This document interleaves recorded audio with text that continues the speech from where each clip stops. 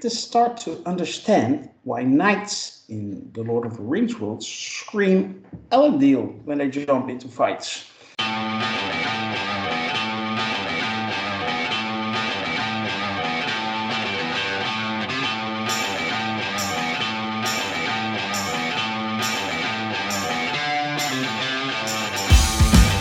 This is the Review of Champions, and I'm your host, Grandmaster. With me is no, let's skip that. It's Merv. Hi, Merv. How are you, man? Good. How are you? Yeah, great. It's just the two of us today. But we're still going to talk about episode 5 of season 2 of the Rings of Power. But before we do, I want to ask you all to help us out. Like and share this video, subscribe to our channel, and join our forum at scar.free.forums.net. If you want, you can even be on our show. We would love it if that happens. Consider this your final warning. We're going to spoil it now. So check out that episode first and then check out our review. Please do. Things are changing in Numenor. Things are changing in Khazad-dûm. And things are changing in Eregion. So I guess the board is set. And the pawns are moving. Merv, episode 5. I liked it a lot. It was action-packed. Things were really happening. And I have a feeling we have a puppet master at work here. What do you think? Yeah, I'm not so sure about that gift bringer guy. He seems a little suspicious, you know. Celebrimbor's friend? Yeah, I know that one. Yeah. But I really enjoyed episode 5, I think. By the way, direction, cinematography, acting, music, top in my book. Oh, yeah. Yeah. So then, of course, you have story. I like it. I enjoy myself. Where the first 3 episodes, I was, you know how you do that in between. You play on your phone, and you stop to get a drink or whatever. Episode 4, that was less. Episode 5, that was non-existent. I was watching with full attention and totally committed to the story, and that says a lot. Mm-hmm. How do you experience this? How did you experience this episode? Similarly, I think, and just to reflect something that I think Lord Deathman mentioned last week, they've really come to a pace as far as the storytelling goes that I think is really doing them a great service, because I think last week I mentioned that these two storylines, out of all the bigger story arcs that we could follow, I could easily have done without. But this week I was fully captivated by them. So I think that says a lot about the way that they've compartmentalized which stories they focus on in each episodes, and made sure to keep things moving along with each one. None of these stories right now feel like they're treading water, and that's great. Especially because of the way the television shows are now with these shortened seasons. You only get 8 episodes, so you really don't want any filler there. You want every second to matter. You want every scene to matter. Every piece of dialogue, you want it to matter. And I really feel like they're doing a really good job with this one, as we get kind of caught up with where the dwarves are and where the Numenorians are, which both again they flip back and forth a couple times, and I was fully invested in both of these storylines as they were happening. Mm-hmm. Yeah, I agree. The storyline I'm the least interested in is the one with Isildur, but that one was a little bit ignored this week, or totally ignored, I should say. But last week I was also thoroughly enjoying that storyline. So I think they're doing a great job of, okay, we have now spent 1.5 seasons setting the stage, but now things are really starting to happen. And you can see the influence Sauron has over all the different parts of Middle-earth and beyond. And I think it's awesome. And you can see the actor who plays Sauron, and I don't know his name, but he does a magnificent job. He's charming, and still you feel constantly like he is a very evil, dangerous entity. And I think that's so very well done because, like I said earlier in the review, I was at a certain moment actually kind of rooting for him, and I actually want to see him, play all those peoples and see those rings created, and and you can totally see in the dwarf storyline that the effect those rings have. It's less with the elves. It's still there. But with the dwarfs, you can really see the effect. Durin is gone cuckoo. Mm-hmm. Yeah, I really do appreciate like it feels so obvious right out of the gate that like even people noticing like these things might not be all that they're cracked up to be. There's something here that doesn't quite feel right. But the second it becomes like the rings become a useful tool and they get you out of a bad situation or, lead you in a certain path that you feel is the best path to take, like you can see that levels of corruption. We're like, this could be a good thing for me, and even if it's not overtly like, Frodo fainting due to the obvious corruption of the ring. It's like really subtle moments that you can feel the ring's influence on the characters as it guides them to what they think is a good thing. And objectively, it kind of is in a lot of situations, but that's just to get their hooks in, like that's Sauron getting his hooks in essentially to all these characters in all these positions of power throughout Middle Earth at the moment. And I just like the way it's done. It doesn't feel like it's an instant snap of like, maybe it will with the men. I'm not sure. I feel like the men are going to be way easier corrupted than dwarves or elves, but maybe that's why they're saving them till last, Yeah, the creation of the Nazgul is something I'm really looking forward to. I hope we get to see that in this show. Were there any things in this week's episode where you say, I didn't need that, but okay, it's a minor nitpicks or a major nitpicks or basically flaws?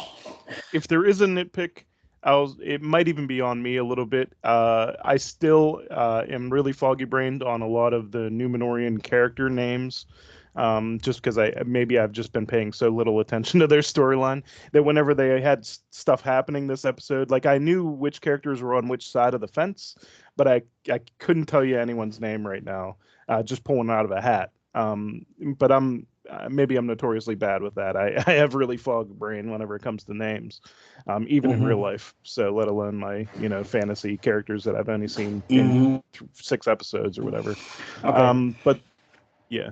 But the one scene that I was like, was whenever in Numenor they essentially raid the funeral ceremony or whatever they were doing, and the one guy gets stabbed in the back, and he was like the captain's right hand man or whatever.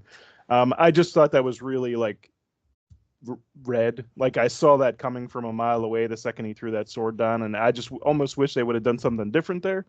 Not that it was bad, it was just like I saw it coming. You could see it coming. That this guy's going to stab you in the back because he's still alive, and he was going to kill you 2 seconds ago. He's going to kill you now.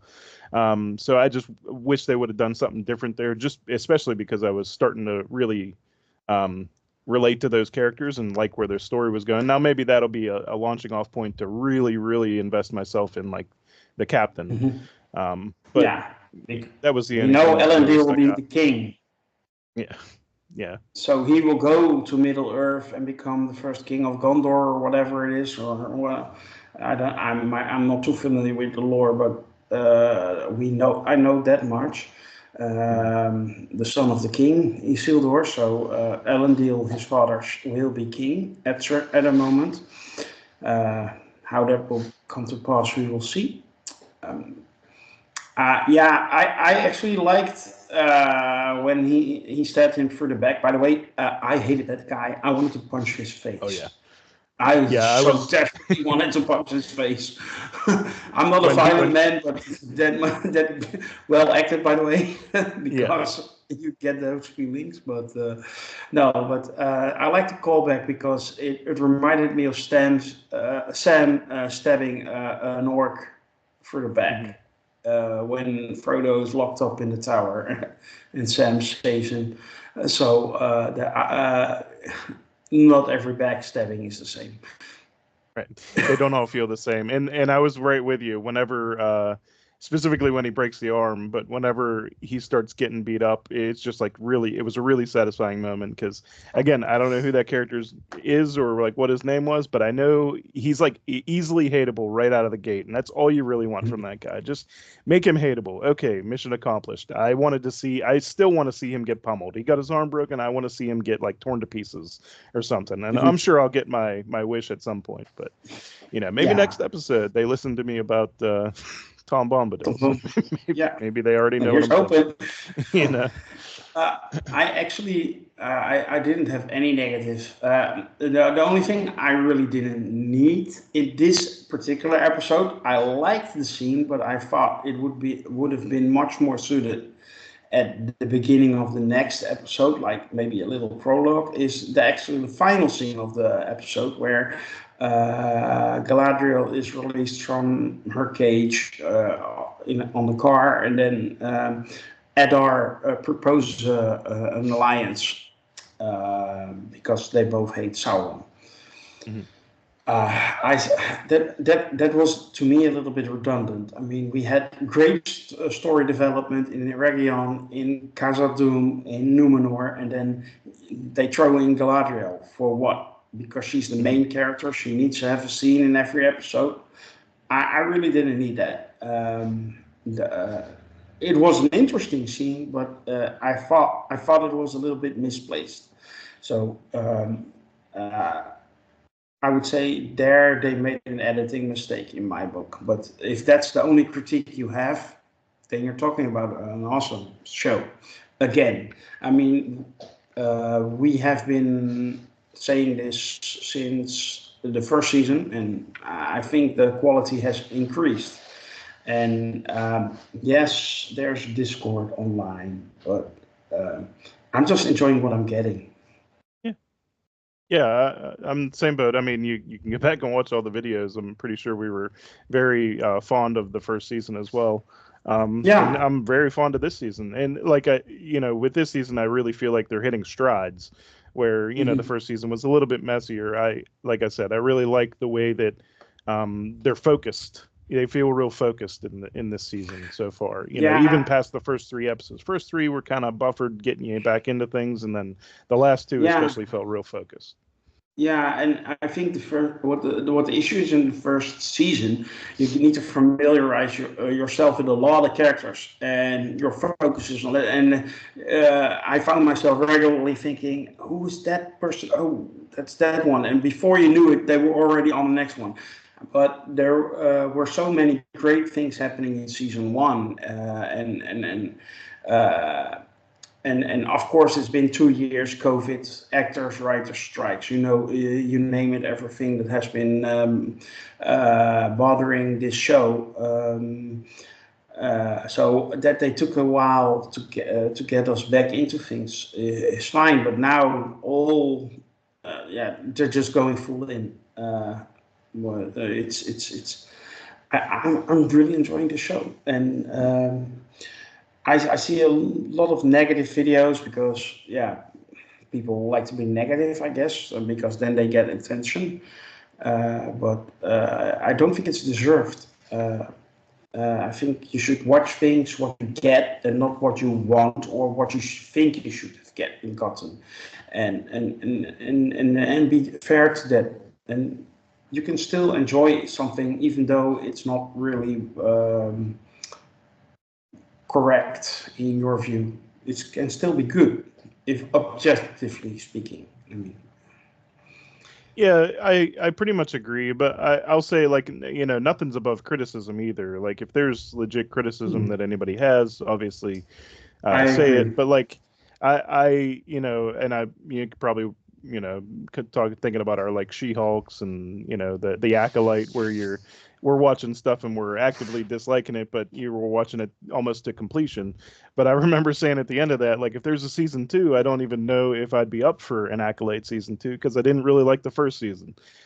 If people just followed that, like, you watch something, you know you're not going to like it, why keep watching it? Is kind of my question mark to a lot of people. You know, like, why would you keep watching a show that you're not actively enjoying outside of, you know, especially past the first season? Like, if you didn't like season 1, you're probably not going to like season 2 or 3 or 4 or however many there are. So, like, watch something you like, you know.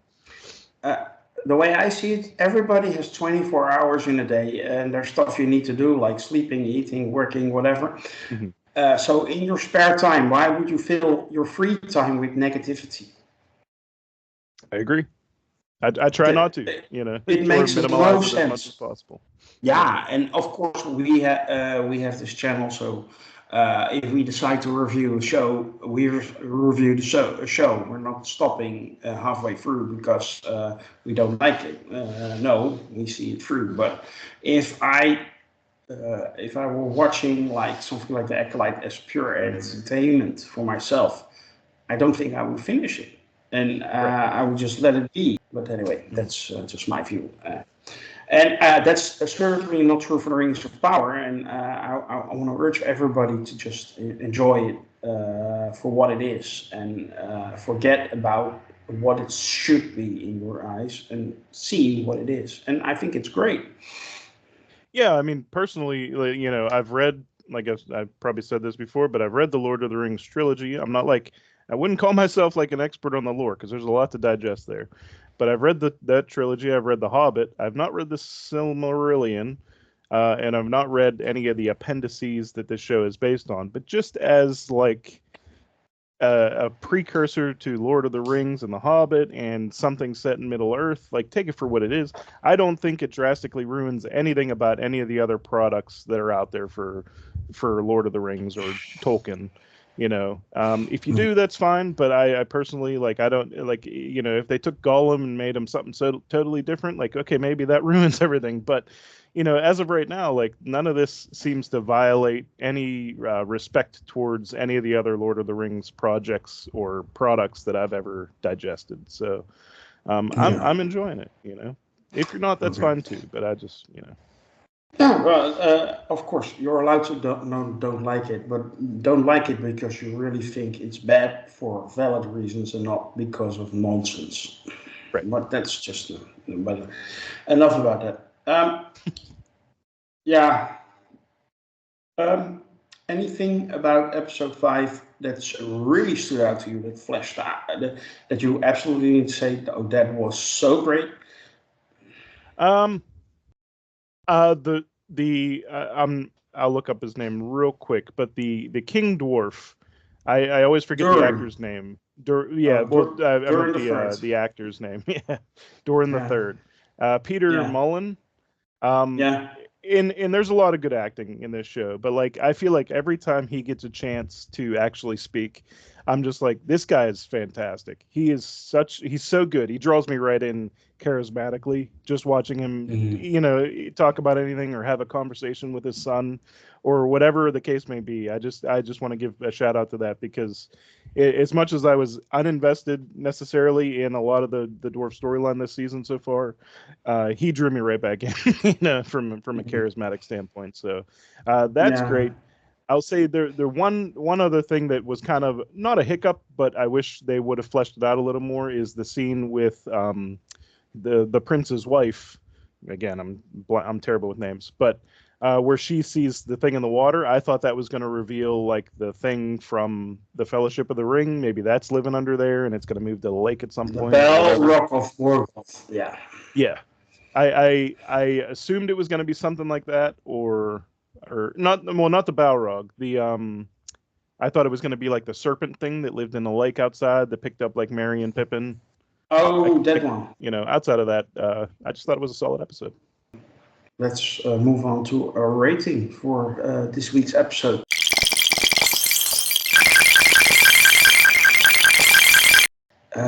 Merv, can I have your number? I'm going to give it a solid 8 out of 10. like I said, it drew me right back into these two storylines, and I'm really excited to see where it goes from here, especially in the Sauron one, just because I think he's really fun to follow right now. Yeah, we're all waiting for the creation of that one ring, but yeah, we need to wait for that for a little while. I'm with you. I'm also gonna go with an 8 out of 10. I really liked it. They are keeping the pace, and I hope they continue with this quality and and they build upon this and not drop the ball. I really hope it, because I'm in need of a good show, if you know what I mean. That will conclude this review of Champions for episode 5 of the Rings of Power season 2. We hope you have enjoyed our discussion today. If you did, you can help us out. Like and share this video and subscribe to our YouTube channel. And if you really want more of us, join our forum at sakara.freeforums.net. We would love it if you do that. Next week, we will be starting a brand new review series for Agatha All Along and one for the Penguin. And of course, we'll talk about episode 6 of The Rings of Power. In early October, there will be a brand new episode of the Star Trek Project and a review for Joker Folie à Deux. For now, I thank you all, also on behalf of Merv, and we wish you never to be binded. Bye.